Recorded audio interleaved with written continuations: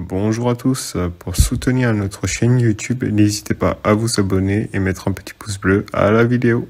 Merci à tous.